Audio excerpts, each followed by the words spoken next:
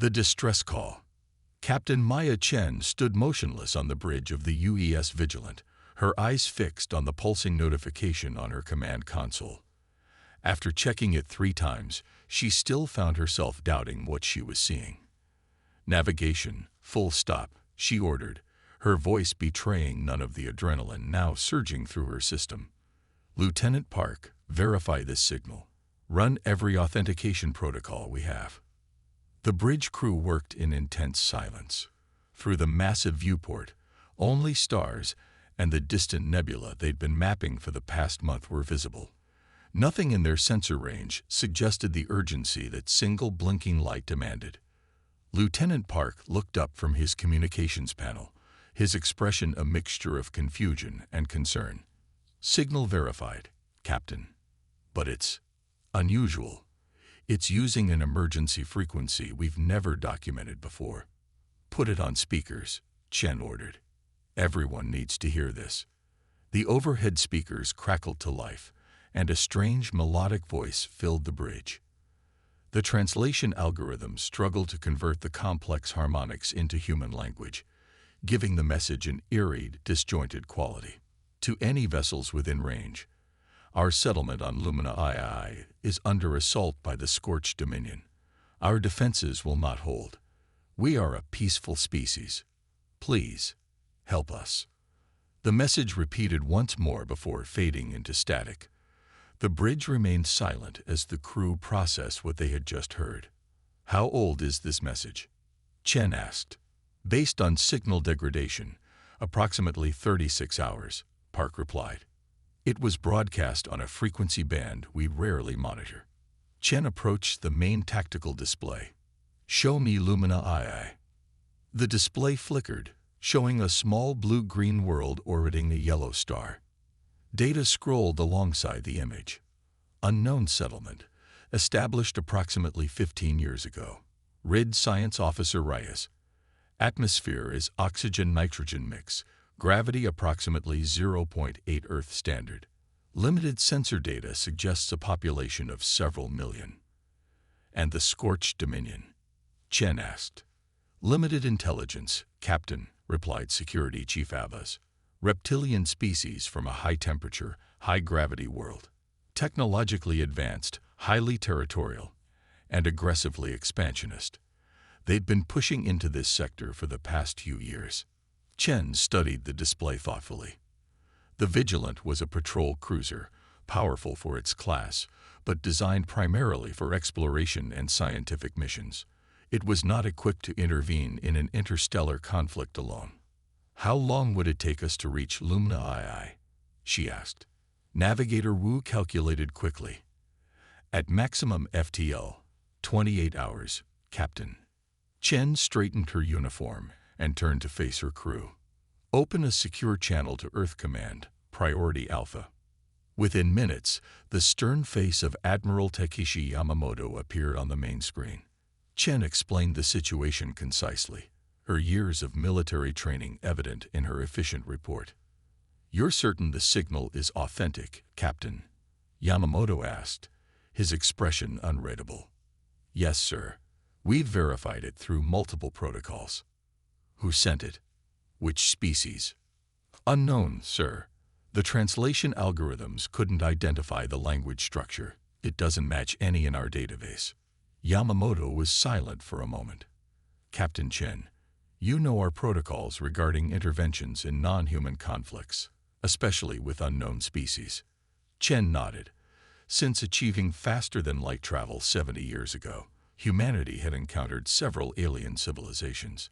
None had been particularly welcoming. Earth had been classified as a death world, a harsh planet that produced physically robust and potentially dangerous sentient beings. Diplomatic relations had been minimal and strained ever since. "With respect, Admiral," Chen said carefully, "this is a distress call. These people, whoever they are, have asked for our help, and we're in a position to provide it. The Security Council will need to approve any military action beyond our established protocols." Yamamoto replied. "Then I suggest you wake them up, sir," Chen said, her voice firm. "Because while we debate, An entire settlement might be wiped out. The Admiral's expression hardened, but there was a glint of approval in his eyes. "Stand by for orders, Captain. I'll have an answer for you within the hour." The transmission ended, and Chen turned back to her crew. "Prepare the ship for possible combat operations. I want all systems at full readiness." As the bridge crew sprang into action, Chen moved to the viewport. The stars seemed suddenly cold and distant. Humanity had spent generations believing they were alone in their corner of the galaxy, either ignored or actively avoided by more established species who feared their evolutionary heritage. "Do you think they'll approve the mission?" First Officer Lin asked quietly, joining her at the viewport. "They have to," Chen replied. "Not just for whoever sent that message, but for us. This is the moment we've been waiting for, a chance to prove we're more than what they think we are." The next hour passed in tense preparation. Weapon systems were checked, engines tuned for maximum efficiency, and the medical bay prepared for possible casualties. Chen reviewed tactical simulations, trying to predict what they might face when Admiral Yamamoto's transmission finally came through. "Captain Chen," the Admiral announced, "the Security Council has reached a decision. You are authorized to proceed to Lumina II and render necessary assistance to the settlement." Chen nodded. "Thank you, sir." Furthermore, Yamamoto continued, "the Council has authorized the activation of the Dithworlder fleet. All available combat vessels are being recalled for immediate deployment. You will rendezvous with them at Lumina II." Chen couldn't hide her surprise. The Dithworlder fleet was Earth's primary defensive force, named in defiant acknowledgement of the label forced upon them. It represented the bulk of humanity's military power. "The full fleet, sir." "The full fleet," Yamamoto confirmed. "If the galaxy wants to see what Deathworlders can do, we'll show them." His expression softened slightly. "The Vigilant will arrive first. Hold the line until reinforcements arrive, Captain." The transmission ended. Chen turned to her bridge crew, who were watching her with expressions ranging from excitement to apprehension. "Set course for Lumina II, maximum speed," she ordered, "and send a message to the settlement." She paused, considering her words carefully. "Tell them that help is coming." As the Vigilant's powerful engines engaged and the stars began to blur outside the viewport, Chen returned to her command chair. The ship accelerated to faster-than-light speed, carrying humanity's response to a desperate plea for help. The Deathworlders were coming, and the galaxy was about to learn what that truly meant. The gathering storm. The massive hangar bay of Luna Command buzzed with activity as thousands of military personnel rushed to prepare for deployment. Commander Elias Reed watched from a catwalk as his Marines loaded equipment onto the assault carrier Thermopylae. The ship's name, taken from an ancient Earth battle where a small force had held off a much larger enemy, feeling especially fitting today. "Impressive, isn't it?" a voice said beside him. Reed turned to see Lieutenant Commander Santos, his executive officer, looking out at the organized chaos below. "The entire fleet mobilized in less than 24 hours, Reed replied. "I've never seen anything like it." Below them, 42 warships were being prepared for combat. They ranged from nimble frigates to massive dreadnoughts, each representing the pinnacle of human military technology. The Thermopylae was among the largest, an assault carrier designed to bring troops and heavy equipment directly to a planetary surface.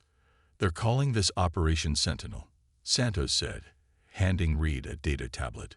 "We'll be third wave, following Captain Chen's Vigilant and Admiral Zhou's battle group to Lumina II." Reed scrolled through the mission parameters, his expression growing more serious with each swipe.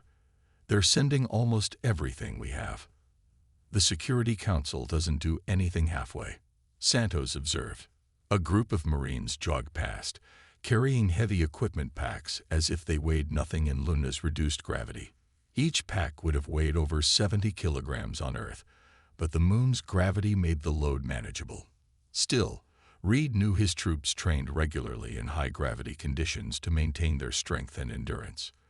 "Let's check on the mesh units," Reed said, pushing away from the railing.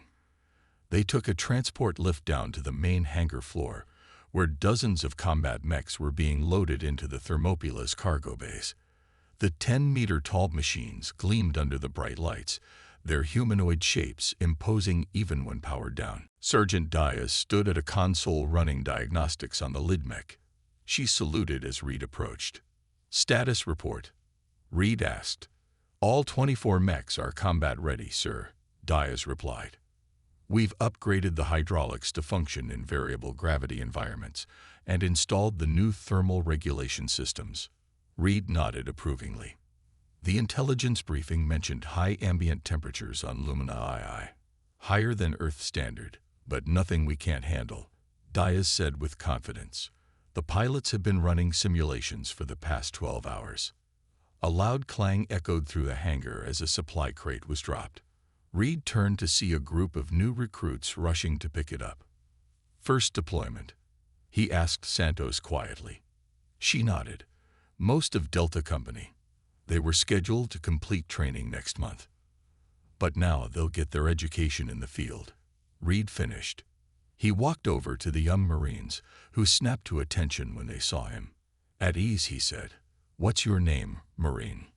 "Private Rodriguez, sir," the youngest-looking one replied, standing straighter.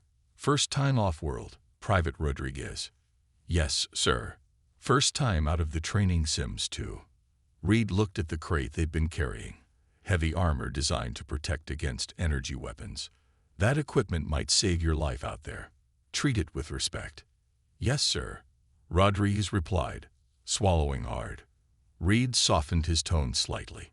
"The Scorched Dominion doesn't know what they're in for. Remember your training. Follow your squad leaders, and you'll be fine." As Reed walked away, Santos fell into step beside him. "They're so young." "We all were once," Reed replied. "But they're stronger than they look. Every human is." They made their way to the ship's briefing room, where the company officers had gathered. The room fell silent as Reed entered. Maps and tactical displays covered the walls, showing the Lumina system and what little intelligence they had on the Scorched Dominion forces. "Ladies and gentlemen," Reed began, "in 4 hours, we depart for our first combat mission against an alien species. I won't pretend we know exactly what we're facing. Our intelligence on the Scorched Dominion is limited." He brought up an image of a Scorch warrior. The alien was reptilian with a stocky body clearly evolved for a high-gravity environment. Its skin was thick and leathery, with protective plates along vital areas, and its 4 eyes were set wide for maximum field of vision. What we do know is this. The Scorch evolved on a world with 1.3 times Earth's gravity and significantly higher temperatures. Their bodies are adapted for strength and heat resistance. Their technology is advanced, particularly their energy weapons and armor systems. Lieutenant Petrov raised his hand. "Sir, why would they attack this settlement?" "From what I understand, the Ceruleans, that's what the aliens are calling themselves in the latest updates, are peaceful. Territory, resources, old grudges, who knows?" Reed replied. "What matters is they attacked a civilian settlement, and we're going to stop them." He switched the display to show the Cerulean settlement on Lumina II. The colony is built primarily in and around a mountain range, with some underwater components, approximately 5 million civilians, minimal defensive capabilities. According to Captain Chen's latest transmission, the Scorch have established orbital superiority and have landed ground forces. The officers studied the information with grim expressions. They all understood what was at stake. This wasn't just about saving the Ceruleans. It was humanity's first major military action in interstellar space, their first chance to show the galaxy what Earth was truly capable of. "The Vigilant arrived 12 hours ago," Reed continued.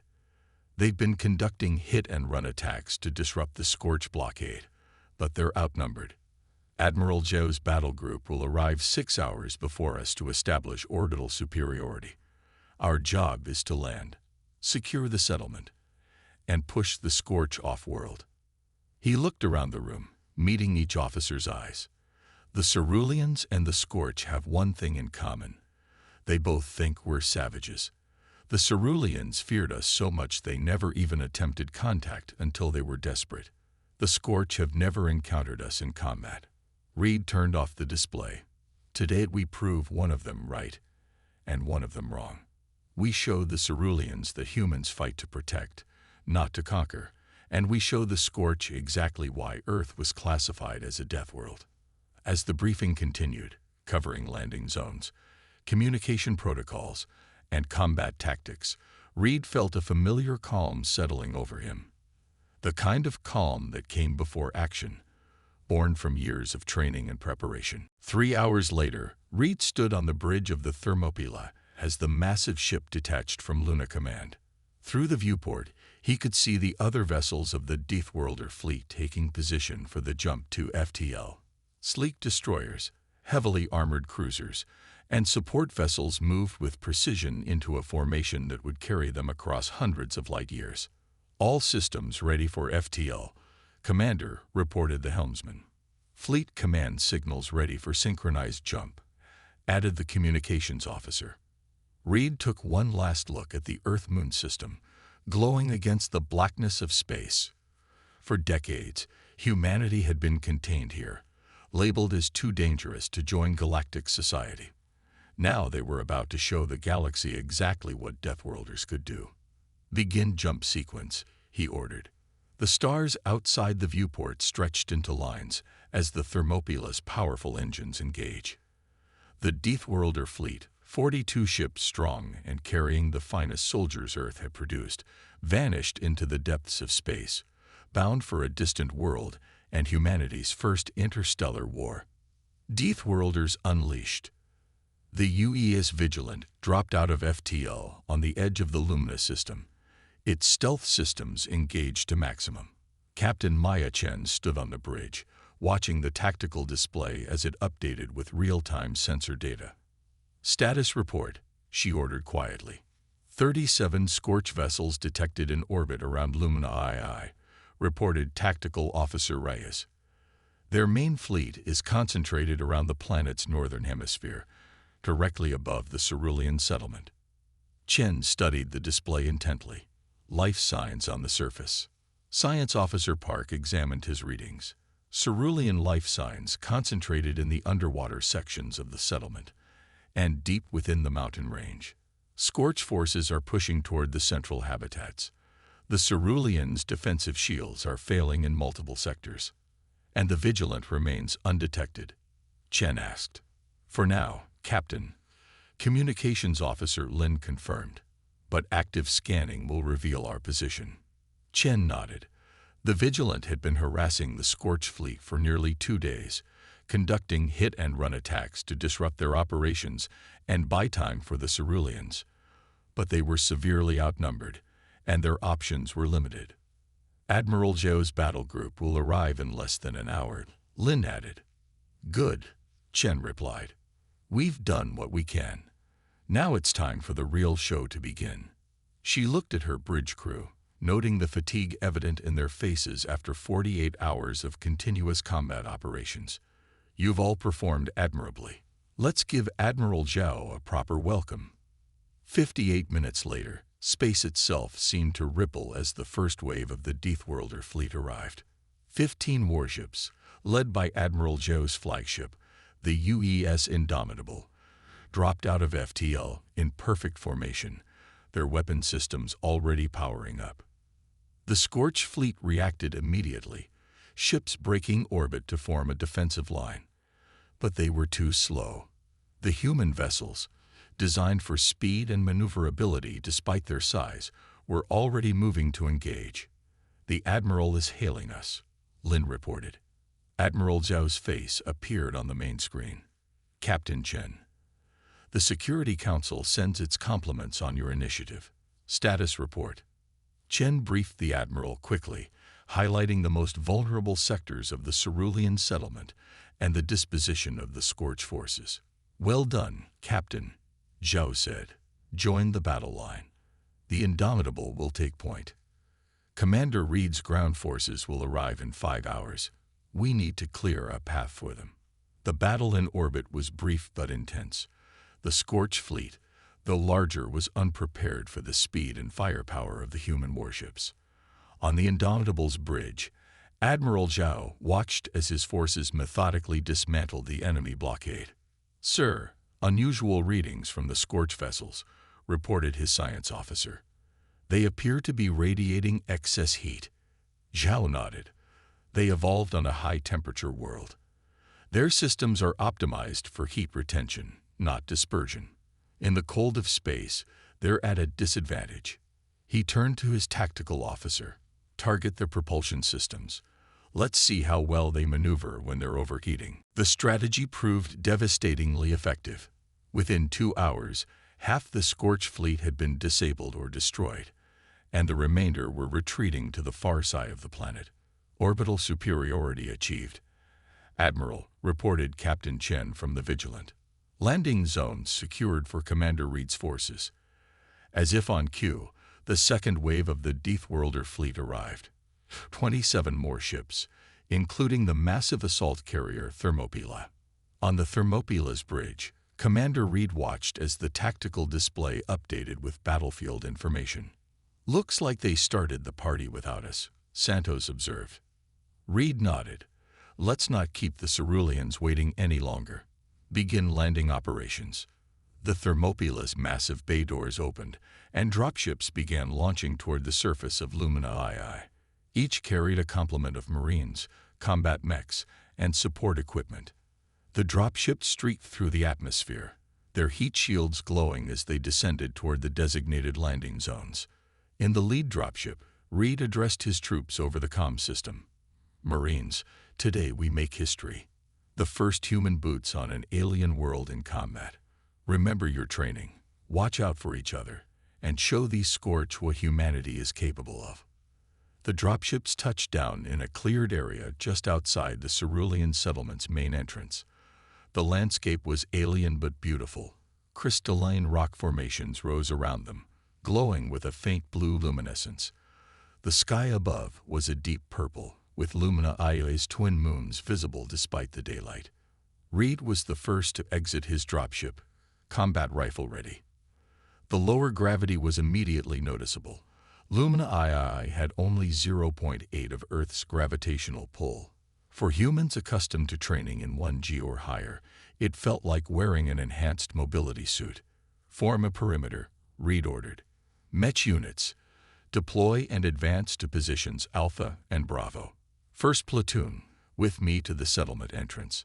The combat mechs unfolded from their transport configurations, towering over the Marines at nearly 10 meters tall. Each was piloted by a specially trained operator, their movements fluid and precise despite their size. As Reed's team approached the settlement entrance, they encountered their first Ceruleans. The aliens were tall and slender, with translucent blue skin that seemed to shimmer with an inner light. Their 4 arms moved gracefully as they approached the humans cautiously. One stepped forward, a device in hand that appeared to be a translator. "You came," it said simply, its voice melodious even through the electronic translation. "We did not believe anyone would respond to our call." "I'm Commander Elias Reed of the United Earth Forces," Reed replied. "We received your distress signal. What's your situation?" The Cerulean gestured toward the settlement. "The Scorch have breached our outer defenses. Many of our people are trapped in the central habitats. Our warriors are few, and we cannot match their strength." Reed nodded. "We'll handle the Scorch. Get your people to safety." The first encounter with Scorch forces came minutes later. A patrol of 8 warriors rounded a corner, heavily armored and carrying energy weapons. They froze at the sight of the humans. Clearly, they had not been expecting new combatants. "Defensive positions," Reed ordered calmly. The Scorch recovered quickly from their surprise and opened fire. Energy bolts streaked toward the human positions, but the Marines were already moving. In Earth's gravity, they had trained to react with split-second timing. Here, in Lumina II's lighter gravity, they seemed to flow like water around the incoming fire. Private Rodriguez found himself diving behind a crystalline formation as energy bolts impacted where he had been standing. The training simulations hadn't prepared him for the alien nature of the combat, but his body remembered the movements. "Rodriguez, on your three," shouted his squad leader. Rodriguez pivoted and fired, his rifle's advanced targeting system compensating for the different gravitational environment. The round struck a Scorch warrior center mass, penetrating its armor. The alien staggered but didn't fall. "They're tough," Rodriguez called out. "Aim for joint sections," Reed ordered, demonstrating by placing a precise shot that dropped a Scorch instantly. "Their armor doesn't cover everything." The skirmish ended quickly, with all 8 Scorch warriors neutralized and no human casualties. Reed's team pushed deeper into the settlement, linking up with other Marine units as they cleared sector after sector. In orbit, the battle had turned decidedly in humanity's favor. The remaining Scorch vessels were in full retreat, pursued by the faster human ships. Admiral Zhao watched from the Indomitable's bridge as the tactical display updated. "Sir, we're intercepting communications from the Scorch fleet," reported his communications officer. "They're confused. They're asking their ground forces what kind of species they're fighting." Zhao allowed himself a small smile. "They're about to find out." On the surface, the main Scorch force had consolidated around the central habitat complex, where thousands of cerulean civilians were sheltered. Reed coordinated with Captain Chen and Admiral Zhao to develop a plan of attack. "Their command center is here," Chen explained, highlighting a structure on the tactical display. "Take that out, and their forces will lose coordination. But we need to draw their attention away from the civilians first," Reed added. "Lieutenant Santos will lead a diversionary attack here, while my team and the Mech units strike directly at their command center." The plan was executed with precision.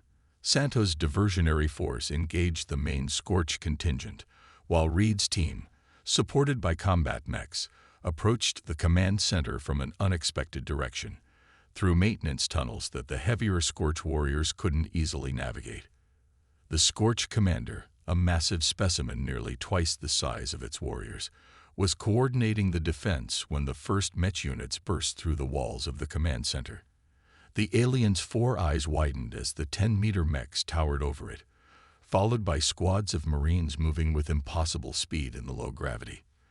The commander barked orders, and its guards formed a protective circle. Energy weapons discharged, striking the lead mech. But the machine, designed to withstand far worse on Earth, barely slowed. Its pilot, protected within the armored cockpit, returned fire with the mech's integrated weapon systems. Reed led his Marines in a flanking maneuver, using their superior mobility to outmaneuver the Scorch guards. The battle was intense but brief. Within minutes, the command center was secured, and the Scorch commander was surrounded. "Your forces are defeated," Reed told the alien through his translator. "Surrender now, and no more of your people need to die." The Scorch commander studied Reed with all 4 of its eyes. "What manner of creatures are you?" it demanded. "No species moves as you do. None fight with such adaptation." "We're humans," Reed replied simply. "From Earth." Recognition flashed in the alien's eyes. "Deathworlders," it hissed. "The myths are true." Throughout the settlement, the pattern repeated itself. Human Marines, trained in Earth's higher gravity and harsher conditions, moved with startling speed and resilience. The combat mechs, engineered to function in Earth's punishing environment, proved nearly unstoppable against defenses designed for standard galactic norms. Within hours, the remaining Scorch forces had surrendered or retreated. The cerulean settlement was secured, and humanitarian aid was flowing in from the human fleet. In the settlement's central chamber, a formal meeting took place between human representatives and the Cerulean Leadership Council. Captain Chen and Commander Reed stood beside Admiral Zhao as the Cerulean Elder approached. "We have no words to express our gratitude," the Elder said, its luminescent skin pulsing with emotion. "For generations, our people have avoided contact with yours, believing the warnings that humans were dangerous, unpredictable. Today, we learned that sometimes One needs dangerous allies. Admiral Joe nodded. Earth has been isolated too long. Perhaps this is the beginning of a new understanding between our peoples and others. The elder agreed. News of what happened here will spread quickly. The galaxy will know that humanity fought not to conquer, but to protect. As human forces helped the Ceruleans rebuild and medical teams treated the injured, Reed found himself standing with Private Rodriguez, looking out over the alien landscape. "Did you ever imagine your first deployment would be like this, Private?" Reed asked.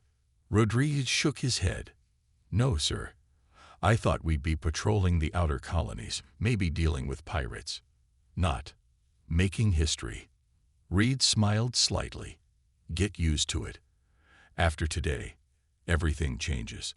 The Deathworlders are no longer content to stay in their corner of the galaxy." In orbit, Captain Chen stood on the Vigilance Bridge, watching as relief ships arrived from Earth. The view screen showed a transmission from Earth Command. Celebrations had broken out in cities across the planet as news of the victory spread. "What happens now, Captain?" Lieutenant Lin asked. Chen looked out at the stars, seeing them not as distant and cold, but as full of possibilities. "Now," she said, "we take our place in the galaxy, not as outcasts or curiosities, but as protectors. The Deathworlders have arrived, and we're here to stay." As the Deathworlder fleet maintained its protective formation around Lumina, word of humanity's actions spread through subspace communications to distant worlds. Species that had once feared or dismissed humans now found themselves reevaluating their assessments. The galaxy was changing, and at its center stood the unlikely heroes from a planet once deemed too harsh for civilized life. Earth was a death world, and its children had proven exactly why that made them not to be feared, but valued.